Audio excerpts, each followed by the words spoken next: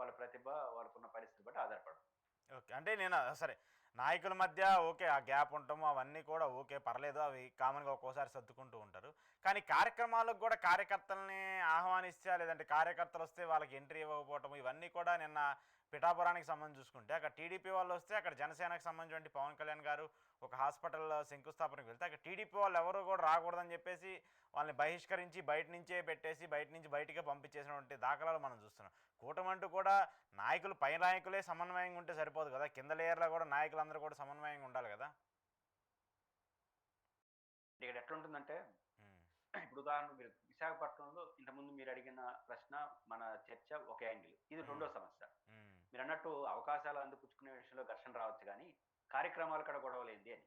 ఉమ్, ఇప్పుడు పిఠాపురంలో మీకు గొడవ కనపడుతుంది. తెలుగుదేశం రావద్దు అని ఎక్కడ జనసేన వాళ్ళు చెప్పరు. ఉమ్. వర్మ గారు రావద్దు అంటారు. వర్మ గారే తెలుగుదేశం అక్కడ తెలివిగా వ్యవహరిస్తారు. ఆ, వర్మ గారు గతంలో కొంచెం క్లాస్ వచ్చింది కాబట్టి ఉమ్, వర్మ గారు లేని తెలుగుదేశం ఆడ అవును. ఉండదు కదా. ఉమ్, ఇప్పుడు మంగళగిరిలో తెలుగుదేశం జనసేన కార్యాలయం ఉందా? లేదు. మంగళగిరిలో జనసేన వాళ్ళు రోజు కార్యక్రమం చేయమంటే గొడవ వస్తుందో చూద్దాం. ఉమ్, కుప్పంలో చేయమంటే గొడవ. కొంచెం ఐకానిక్ పర్సనాలిటీస్గా ఉండేవాళ్ళు జనసేనకు సంబంధించి. ఆ, పవన్ కళ్యాణ్ గారు, లోకేష్ గారు, లేదా చంద్రబాబు నాయుడు గారు, వీళ్ళు ఆ పార్టీకి లీడ్ చేసేవాళ్ళు ఐకానిక్ పర్సనాలిటీస్. ఉమ్, నేచురల్ గా అక్కడ ఇంకొకరిని ఒప్పుకోరు. ఓకే. కాబట్టి శర్మ వర్మ గారు మొన్నటి వరకు ఒక బలమైన నాయకుడు, ఈరోజు కూడా బలమైన నాయకుడే. ఉమ్, కానీ నేను అటు వస్తానంటే బలమైన నాయకుడు వచ్చినట్టే కదా, అది వాళ్ళు జీర్ణించుకోలేరు. మొత్తం కలిసి పిఠాపురంలో ఎందుకు ఘర్షణలు వస్తున్నాయంటే పిఠాపురంలో ఇంకొక నాయకత్వాన్ని, ఇంకొక సెంటర్ ని పవన్ కళ్యాణ్ గారు వద్దనుకుంటున్నారు. ఓకే. ఉమ్, ఉమ్, దానికి సెంటర్ గా ఆయన ఉంటున్నాడు వర్మ గారు. కాబట్టి ఉమ్, తెలుగుగా ఏం చేస్తారంటే వర్మ గారిని రావద్దంటారు. తెలుగుదేశం మనకు అభ్యర్థి, వర్మ గారు లాంటి తెలుగుదేశం ఆడ ఏమి ఉండదు. ఉమ్, కాబట్టి అంతేగా. ఈ సంక్లిష్టత వస్తా ఉంటుంది. ఉమ్, ఇది రెండో సమస్య. ఉమ్, అడ్జస్ట్ అయిన చోట అడ్జస్ట్ అవుతారు, ఘర్షణ పడే చోట ఘర్షణ కొనసాగుతూ ఉంటుంది. ఉమ్, అయితే మొదటి సమస్య కన్నా ఈ సమస్య జటిలమైంది. ఓకే. అస్తిత్వ సమస్య కదా. అసలు అవును. రావద్దంటే మీరెవరు, అసలు మేం కదా అధికారంలో ఉండేది రాష్ట్రంలో, నెంబర్ వన్ పార్టీ మాది కదా అని వాళ్ళు అంటారు. ఉమ్, అది పిఠాపురం వరకు ఇది ఉంటే మంచిదే. పవన్ కళ్యాణ్ గారు, తెలుగుదేశం కూడా కొంత అడ్జస్ట్ అవుతుంది. ఇంకా పవన్ ఉమ్, కళ్యాణ్ తప్పదు. మంగళగిరిలో లోకేష్ గారు, కుప్పంలో చంద్రబాబు గారు లాగా పిఠాపురంలో కూడా ఐకానిక్ పర్సనాలిటీ కదా, ఆయన వదిలేవాలనుకుంటారు. అవును. ఇంకొక 4 నియోజకవర్గాలు జారింది అనుకోండి, ఉమ్, ఘర్షణ స్టార్ట్ అవుతుంది. అప్పుడు పార్టీల మధ్య సమస్యగా మారిపోతుంది. ఓకే. అంటే ఓకే. పిఠాపురం, మంగళగిరి, కుప్పం వరకు ఓకే ఉమ్, ఈ ఈ ధోరణి. దానికి మించి సరిహద్దులు దాటింది అనుకోండి, ఉమ్, పార్టీల మధ్య సమస్యగా మారిపోతుంది. కాబట్టి ఓకే. ఇది రెండో సమస్య. దీన్ని కూడా తెలుగుదేశం వాళ్ళు ఎట్ట పరిష్కరించుకుంటారో చూడాలి. ఓకే. ఓకే.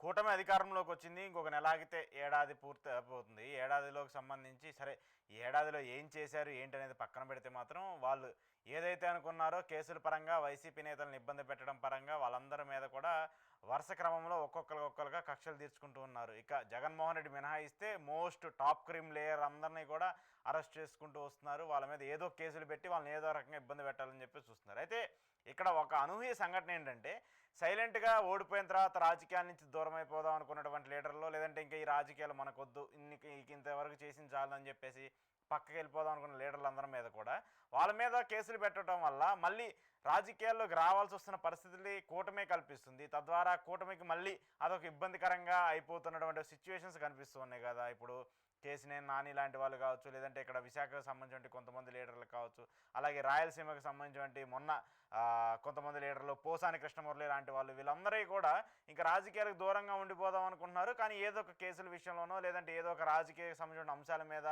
ఇబ్బంది పెడుతూ ఉంటున్నారు. మళ్ళీ వాళ్ళు రాజకీయాల్లోకి వద్దాం అనుకుంటున్నారు. ఏం చెప్తారు ఎట్లా? వాళ్ళు సైలెంట్ అయినా చట్టబద్ధంగా తప్పు చేస్తుంటే చర్య తీసుకోవడాన్ని ఎవరేం చేయలేరు. వాళ్ళు సైలెంటా, వైలెంట్గా ఉంటారా అనేది సెకండరీ. ప్రైమరీగా పెడుతున్న కేసు, ఆ కేసుకు వాళ్ళు అర్హులా కాదా. అర్హులైనప్పుడు అనుకోండి వాళ్ళు సైలెంట్ అవుతారా, సైలెంట్గా ఉన్న వాళ్ళు పెట్టి మళ్ళీ వైలెంట్గా మార్చుకుంటే తెలుగుదేశం అంతర్గత వ్యవహారం, ఓకే. తెలుగుదేశం తలనొప్పి. కొన్ని కొన్ని సమస్యలు తెచ్చుకుంటారంటే ఎవరు చేయకపోతే. కాబట్టి వాళ్ళు ఎట్లా యాక్టివ్ అయిపోతారు కాబట్టి తప్పు చేసిన వాళ్ళు ఎవరిని వదిలేయాలనా అనే ప్రశ్న తెలుగుదేశం వేసింది అనుకోండి, వదలొద్దని మనం కూడా అంటాం. తప్పు చేసిన వాళ్ళని చట్టబద్ధంగా శిక్షించండి అని చెప్తాం. కాబట్టి ఈ ప్రశ్నకి సమాధానం అది వస్తుంది. తెలుగుదేశం నుంచి ఎవరైనా మీరు విలేకరులు అడిగారు అనుకోండి, సైలెంట్ అయిపోయినాడు కదా, సైలెంట్ అయిపోయినా మళ్ళీ కేసు పెట్టించి పెద్దవాడిని చేస్తారు ఎందుకు అనే చర్చ రాజకీయాల్లో సహజం. కాకపోతే తెలుగుదేశం నుంచి క్వశ్చన్ వస్తుంది కదా, సైలెంట్ అయినంత మాత్రాన పాత పాపాలు వదిలేవాళ్ళనా అంటారు. మనం వదలొద్దు, ఖచ్చితంగా చట్ట ప్రకారం చర్య తీసుకొని మనం కూడా అంటాం. అయితే ఇక్కడ రాజకీయంగా ఏంటంటే రెండు అంశాలు. ఒకటి, రాజకీయంగా ఎవరైనా ఒక వ్యక్తి పైన అరెస్టులు, చట్టపరమైన చర్యలు, నోటీసులతో భయపడేవారు కొంతమంది ఉంటారుగా. ఇది కూడా ఉంటుంది రాజకీయాల్లో. కొన్ని సందర్భాల్లో నోటీసులు ఇస్తే మనకి ఎందుకు తలనొప్పి సైలెంట్గా ఉంటే వీళ్ళు మన నోటీసులు రావు కదా, ఉమ్, మనకి ఇబ్బందులు రావు కదా అని వాళ్ళనే కాదు, ఇంకా కొన్ని ఇబ్బందులు ఉండేవారు కూడా ఒక హెచ్చరిక. అశోక్ అన్న ఆయన్ని జర్నలిస్ట్ని అరెస్ట్ చేశారు అనుకోండి, యాక్టివ్ ఉండే జర్నలిస్ట్ని, ఉమ్, ఇంకా చాలా మంది యాక్టివ్ ఉండే జర్నలిస్ట్ ఒక హెచ్చరిక కదా, ఈయన అయిన పని రేపు ఈయన అవుతుంది అనేవి కూడా ప్రభుత్వాలు అనుకుంటాయి. అవును. కాబట్టి మనం ఒకరిని అరెస్ట్ చేస్తున్నాం అంటే మీరన్నట్టు సైలెంట్గా ఉండేవాడిని లేపి మళ్ళీ పెద్దవాడిని చేసి యాక్టివేట్ చేయడమా ఉమ్, అనే క్వశ్చన్ ఎంత ఉత్పన్నం అవుతుందో, ఉమ్, ఒకరిని అరెస్ట్ చేస్తే దాన్ని చూసి మేము కూడా జాగ్రత్తగా ఉండాలని భయపడేవారు కూడా ఉంటారు కదా అని కూడా ప్రభుత్వం అనుకోవచ్చు ఉమ్, రాజకీయంగా. ఉమ్, అయితే చరిత్రలో జరిగింది, ఏ చరిత్రను చూసుకోండి, అణిచివేత లేదా కేసులు పెట్టడం ద్వారా ఏ పార్టీని భూస్థాపితం చేసింది లేదు. ఉమ్, పైపెచ్చి దాన్ని పెంచారు. ఉమ్, భారతదేశ చరిత్రలో ఎక్కడైనా సరే అణిచివేత చర్యల ద్వారా కానీ ఉమ్, నిర్బంధాల ద్వారా కానీ తాత్కాలికంగా ఇబ్బంది పడతారు తప్ప అది ఆయా పార్టీకి నష్టం వస్తుంది ఎవరైతే ఈ పని చేస్తారో వాళ్ళకి. ఉమ్, అయితే చట్టబద్ధంగా నిర్బంధం కాకుండా నిబంధనల ప్రకారం చట్టపరంగా తప్పు చేసిన వాళ్ళపైన చర్య తీసుకుంటే అది అధికార పార్టీకి ప్లస్ అవుతుంది. అంటే ఉమ్, చట్టాన్ని యాజ్ ఇట్ ఈస్ గా పాటించారు, ఉమ్, తప్పు చేసిన వాళ్ళని శిక్షించారు అనే మెసేజ్ వెళ్తే అది ప్రభుత్వానికి లాభం, ఓకే. అది ప్రతిపక్షానికి నష్టం కూడా. అయితే అది ఎట్లా చేయాలి? ఇప్పుడు అరెస్ట్ అవుతున్న వాళ్ళందరినీ చట్టబద్ధంగా అరెస్ట్ చేస్తేనే సరిపోదు, ఉమ్, అవతల వాళ్ళు తప్పు చేసిన వాళ్ళపైన చర్య తీసుకోవాలి. ఉమ్, ఇప్పుడు కిరణ్ అనే అతన్ని అరెస్ట్ చేసినారు,